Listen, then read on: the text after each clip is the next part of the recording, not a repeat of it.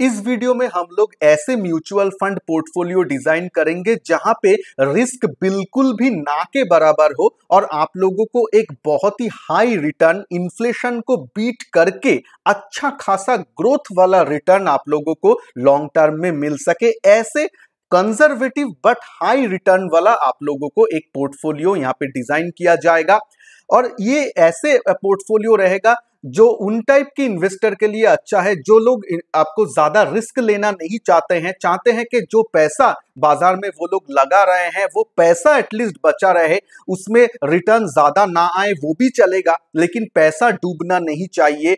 पैसा को capital preservation main मकसद होता है, उन लोगों के लिए ये एक पोर्टफोलियो बहुत ही अच्छा बैठने वाला है। उसके साथ साथ रिटर्न भी आप देखिए, ग्रोथ को मैंने ध्यान में रख के ये पोर्टफोलियो डिजाइन किया है जहां पे बैक ट्रैक किया गया है 2019 से। अगर आप लोग ये पोर्टफोलियो में हम लोग पैसा लगाते जिसके अंदर 4 म्यूचुअल फंड मैं कंसिडर किया हूं, 4 म्यूचुअल फंड का ये पोर्टफोलियो आप लोगों को सालाना 13% रिटर्न निकाल के दे रहा है। देखिए कंजर्वेटिव पोर्टफोलियो है, बिल्कुल भी रिस्क बिल्कुल ना के बराबर है, उसके बावजूद भी लो रिस्क लेके भी आपको 13% सालाना रिटर्न बहुत अच्छा माना जाता है। आप इन्फ्लेशन को तो बीट कर ही रहे हैं, बैंक में जो एफडी कर रहे हैं उससे लगभग डबल दुगना आप लोगों को रिटर्न यहाँ पे ये पोर्टफोलियो निकाल के दे रहा है। तो चलिए पोर्टफोलियो को पहला जो फंड है उसमें जाएंगे। 4 फंड का पोर्टफोलियो है, उसमें डिस्कस करने से पहले 1 मिनट में मैं बोल देता हूं। देखिए ये जो सीरीज मैं आप लोगों के साथ चालू किया हूं, यहाँ पे एग्रेसिव पोर्टफोलियो मैंने डिस्कस किया, आप लोगों के साथ डिजाइन किया।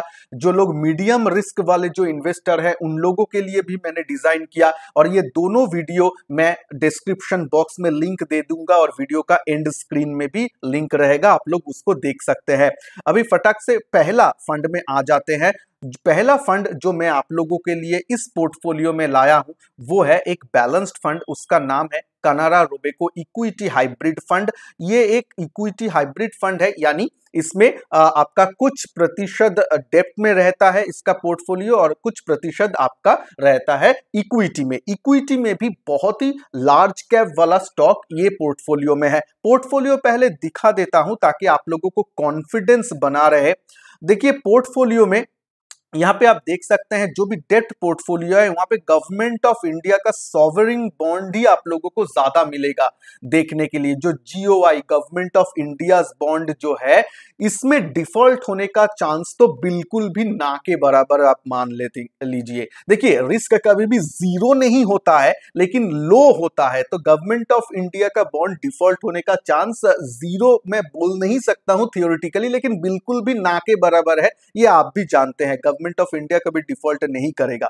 तो यहाँ पे देखिए तो सॉवरिन बॉन्ड्स है, मैं और भी थोड़ा सा नीचे आऊंगा तो आप देख सकते हैं सॉवरिन और triple A rated he bonds ज्यादातर आपको देखने को लिए मिलेगा जो एक एडेड एडवांटेज देता है इस पोर्टफोलियो को। अभी यहाँ पे आ जाते हैं कि यहाँ पे आपका इक्विटी वाला पोर्टफोलियो क्या है और उसके बाद में रिटर्न में जाऊंगा। पोर्टफोलियो में इक्विटी में देखिए इक्विटी में कौन कौन सा स्टॉक इसके पास है।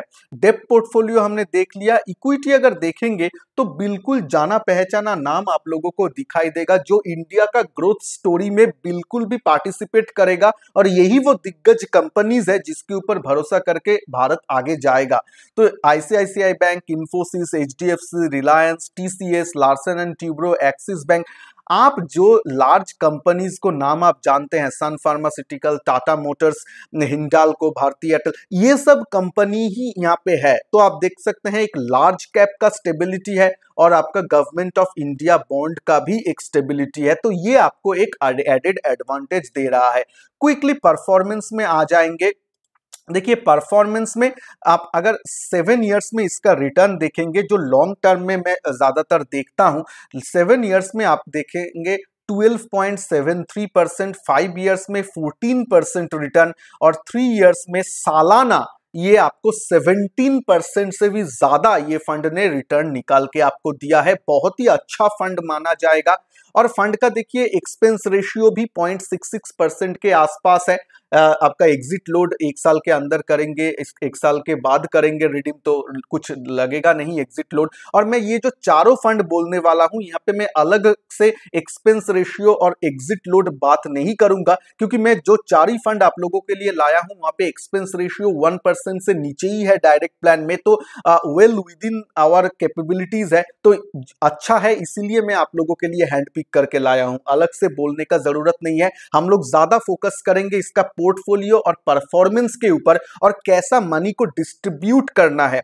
हम लोग यहाँ पे जो प्लान आप लोगों के साथ मैंने शेयर किया, यहाँ पे बैक ट्रैकिंग में भी मैं यहाँ पे ऐसा पकड़ा हूं कि 2019 से 10,000 रुपीज पर मंथ SIP अगर कोई बंदा ये पोर्टफोलियो में करता तो उसको 13% सालाना रिटर्न मिलता। हाँ, कुछ कुछ फंड 2021 में इंट्रोड्यूस हुआ है, कुछ फंड 2020 में इंट्रोड्यूस हुआ है, लेकिन मैं मोटा मोटा 2019 से अगर कोई 2-3 साल निवेश करता तो उन लोगों को 13% मुनाफा मिलता। तो 10K पर मंथ आप लोगों का SIP ये कंसीडर किया हूं। अभी आप लोग आपके हिसाब से ये कोई 20,000 लगा सकता है, कोई 5,000 का कैपेबिलिटी हो सकता है। आप परसेंटेज टर्म्स में देखिए, ये जो फर्स्ट फंड है जो कनारा रोबेको इक्विटी हाइब्रिड फंड, यहाँ पे हम लोग 25% अपना SIP का अमाउंट लगाएंगे, यानी मंथली 2,500 रुपए यहाँ पे हम लोग निवेश करने के लिए सोचेंगे।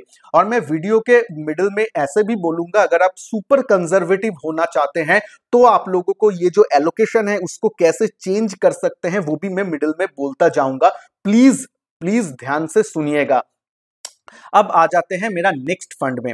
नेक्स्ट फंड जो आप लोगों के लिए लाया हूं बिल्कुल नया फंड है। बहुत सारे लोग, आप लोग नाम नहीं सुने होंगे, बहुत सारे लोग नाम सुन भी सकते हैं।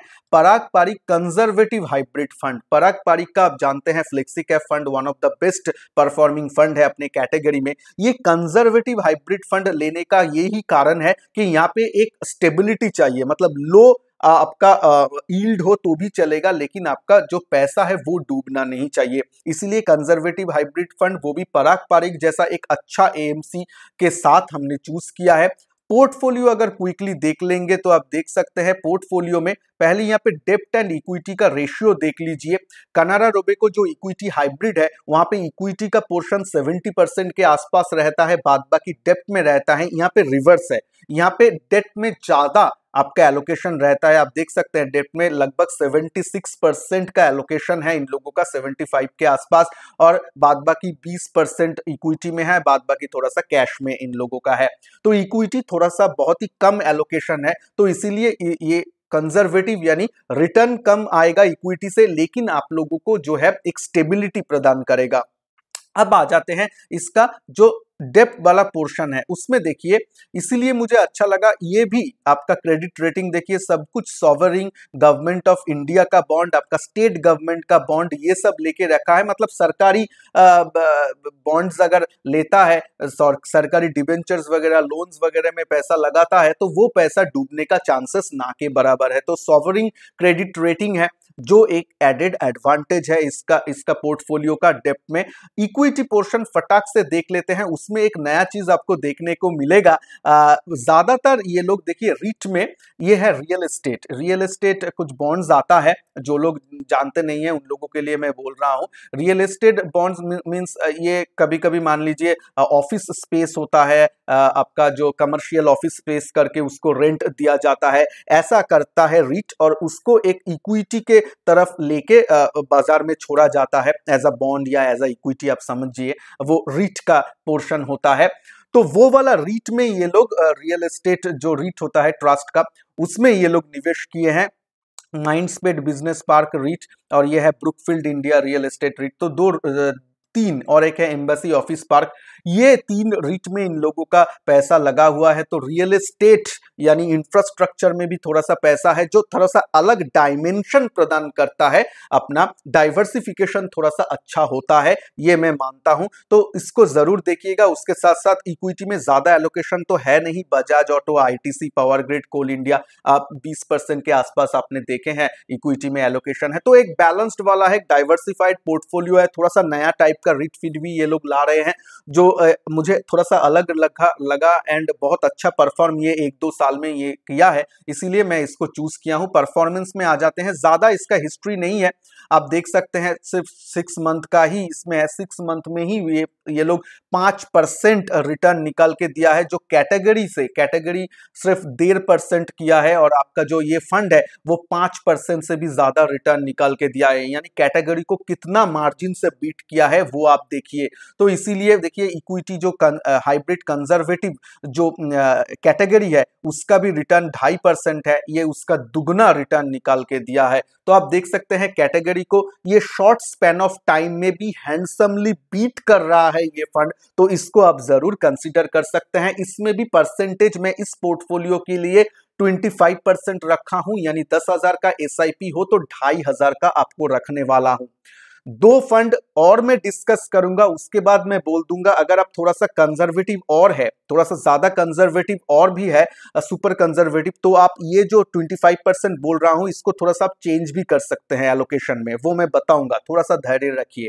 थर्ड फंड में आ जाते हैं। थर्ड फंड में आने से पहले प्लीज वीडियो को लाइक जरूर कर दीजिएगा, अच्छा लगे तो मुझे बहुत सारा मोटिवेशन मिलेगा। ऐसा जो मॉडल पोर्टफोलियो में बना रहा हूं जिसको आपके साथ मैं ट्रैक भी करूंगा, मतलब हाथ छोड़ दूंगा नहीं, आप लोगों के साथ रहूंगा, हर वीकली बेसिस में ट्रैक करूंगा, कुछ चेंज करना है तो वो भी देखूंगा।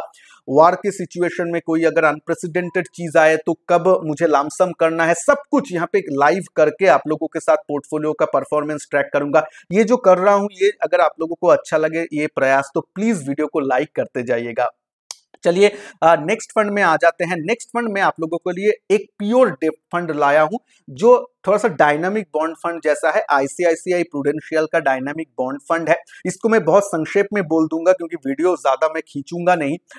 इसमें देखिए पहले तो है 5 स्टार रेटिंग है, आप देख सकते हैं यहाँ पे, और आईसीआईसीआई बैंक का एक मतलब आईसीआईसीआई प्रूडेंशियल एएमसी बड़े एएमसी है। अगर आप डेब्ट फंड में निवेश करते हैं तो सुन लीजिए बिग प्लेयर्स के साथ रहिएगा, छोटा प्लेयर्स के साथ मत रहिए, क्योंकि डेब्ट में अगर कुछ डिफॉल्ट हो जाता है तो बड़े प्लेयर है तो वो लोग संभाल लेगा। जैसे कि आपका आईसीआईसीआई, आपका एचडीएफसी, एसबीआई, ये सब बड़े जो एएमसीज है उसके साथ रहना बेटर है डेब्ट में स्पेशली। ये मेरा पर्सनल व्यू है, आप लोग डिफर कर सकते हैं, ठीक है। तो वहां पे अब जाइए, परफॉर्मेंस बहुत अच्छा है। परफॉर्मेंस में अगर आप एट ए ग्लांस देख लेंगे तो मैं लॉन्ग टर्म का ही देखता हूं, शॉर्ट टर्म में 1 साल का नहीं देखता हूं। लॉन्ग टर्म में आप देखिए 5 साल 7 साल में आप देखिए लगभग 8.5 से 9% के आसपास ये रिटर्न सालाना निकाल के दिया है। जो आपका मान लीजिए बैंक का जो एफडीज है, बैंक आपका जो नॉर्मल डेट चल रहा है उससे तो ज्यादा ही है और टैक्स एफिशिएंट भी रहता है। अपना जो बॉन्ड वाला डायनामिक बॉन्ड का कैटेगरी जो है जो 6% 7% देता है, कैटेगरी को ये आउट परफॉर्म करता है। तो इसीलिए ये फंड के ऊपर थोड़ा सा ध्यान रख सकते हैं। पोर्टफोलियो में देखिए यहाँ पे ज्यादा सॉवरिंग आपको नहीं मिलेगा, कुछ टॉप 5 होल्डिंग्स आपका सॉवरिंग ही है। आप देख सकते हैं जीओआई गवर्नमेंट ऑफ इंडिया में आपका परसेंटेज एलोकेशन देखिए आपका लगभग 30-35 और भी ज्यादा, मतलब 40% से ज्यादा तो आपका सॉवरिंग बॉन्ड में ही हो गया। 50% आपका सॉवरिंग बॉन्ड यानी गवर्नमेंट ऑफ इंडिया बॉन्ड में ही हो गया। बाद बाकी जो कमर्शियल में है, जैसे यहाँ पे भी रिट में ये लोग निवेश किया है, तो ज्यादा जो भी है वो भी ठीक ठाक है। AAA, AA सॉवरिंग बीच बीच में है, तो इसमें है। तो यानी आपका पोर्टफोलियो में सभी सॉवरिंग बॉन्ड्स नहीं है, लेकिन ज्यादातर AAA, AA रेटिंग वाला बॉन्ड प्लस सॉवरिंग के एक अच्छा मिश्रण है। तो इस पोर्टफोलियो को, इस फंड को आप जरूर देख सकते हैं। यहाँ पे भी 25% फिलहाल के लिए लीजिए। मैं जब 4 नंबर नेक्स्ट वाला फंड बोलने के बाद में एक बार एलोकेशन को आप लोगों अगर सुपर कंजर्वेटिव है या थोड़ा सा और रिस्क लेना चाहता है तो कैसे उसको ट्विक करना है, कैसे उसको चेंज करना है, उसके बारे में बोलूंगा। देखिए फोर्थ फंड में आने से पहले एक बात ध्यान में रखिए, फोर्थ फंड में जाने से पहले आप लोग जितना भी कर लीजिए, आपको क्या चाहिए, आप कंजर्वेटिव बोलिए अपने आप को, जो भी बोलिए, आपको तो पहले है कि आपको तो इन्फ्लेशन को तो बीट करना है ना। इन्फ्लेशन आज के दिन में 6% है, ठीक है, 5 to 6%, उसको तो एटलीस्ट आपको बीट करना ही करना है। नहीं तो आप अगर पैसा को बीट नहीं कर पाएंगे इन्फ्लेशन, और इन्फ्लेशन को अगर जस्ट आप मार्जिन से बीट करेंगे, 7% ही आपको 6% ही आपको रिटर्न मिल रहा है और 6% ही इन्फ्लेशन है, यानी आपका मनी का जो वैल्यू है वो 0 ही है, मनी आपका ग्रो नहीं कर रहा है। तो आपको इन्फ्लेशन को बीट करके ग्रो करना है, तो इसीलिए थोड़ा सा इक्विटी का पोर्शन होना चाहिए उसमें, ठीक है, उसमें मैं बोलूंगा प्योरली, और यहाँ पे कंजर्वेटिव है तो प्योरली एक इंडेक्स फंड के साथ जाइए जिसमें झंझट नहीं है ट्रैकिंग करने का, मतलब चेंज करने का 6 महीने 1 साल में अगर फंड परफॉर्म ना करे तो भाई चेंज करना है, ऐसा चेंज करने का झंझट नहीं है। क्योंकि मैं ये मान के चल रहा हूं एज अ थंब रूल कि आप कंजर्वेटिव इन्वेस्टर है तो ज्यादा market, stock market, share market को डे टू डे बेसिस में या मंथली बेसिस में, वीकली बेसिस में उतना ट्रैक नहीं करते हैं, तो उस हिसाब से आप लोग चेंज करेंगे ये मैं एक्सपेक्ट नहीं करता हूं, इसीलिए चेंज करने का झंझट नहीं हो। ऐसा एक निफ्टी का इंडेक्स ले लीजिए, बस निफ्टी 50 जो इंडेक्स है, आप सेंसेक्स वाले भी ले सकते हैं, एचडीएफसी सेंसेक्स फंड भी ले सकते हैं, लेकिन निफ्टी 50 यहाँ पे मैं कंसीडर किया हूं। वहां पे भी आप कोई भी ले सकते हैं। निफ्टी 50 का आपका यूटीआई का आता है, आपका आईसीआईसीआई का आता है, एचडीएफसी का आता है। मैं नावी को क्यों लिया हूं, यहाँ पे एक्सपेंस रेशियो जो है वो सबसे कम है, मतलब वन ऑफ द कम मुझे देखा 0.606%, देखिए 0.06%। तो जिसका एक्सपेंस रेशियो सबसे कम हो, ट्रैकिंग एरर सबसे कम हो, वैसे ही इंडेक्स फंड को आपको चूज करना चाहिए। तो उस हिसाब से इंडेक्स फंड एक लार्ज कैप बेस्ड है। लार्ज कैप में आप पोर्टफोलियो आप जानते ही होंगे क्या क्या रहने वाला है, इसमें मेरे बोलने का जरूरत भी नहीं है। वही Reliance, HDFC, Infosys, Tata Consultancy, TCS, Infosys, Larsen and Toubro, State Bank of India, Sun Pharma, मतलब जिन लोगों का प्रोडक्ट आप डे टू डे बेसिस में यूज करते हैं वो सभी कंपनी है। इंडिया का ग्रोथ स्टोरी, इंडिया बढ़ेगा तो ये कंपनी ही भी बढ़ेगा ही बढ़ेगा। तो ऐसा कंपनी जिसका डूबने का चांस ना के बराबर है, ऐसा एक पोर्टफोलियो आप लोगों को एक एडेड स्टेबिलिटी देगा।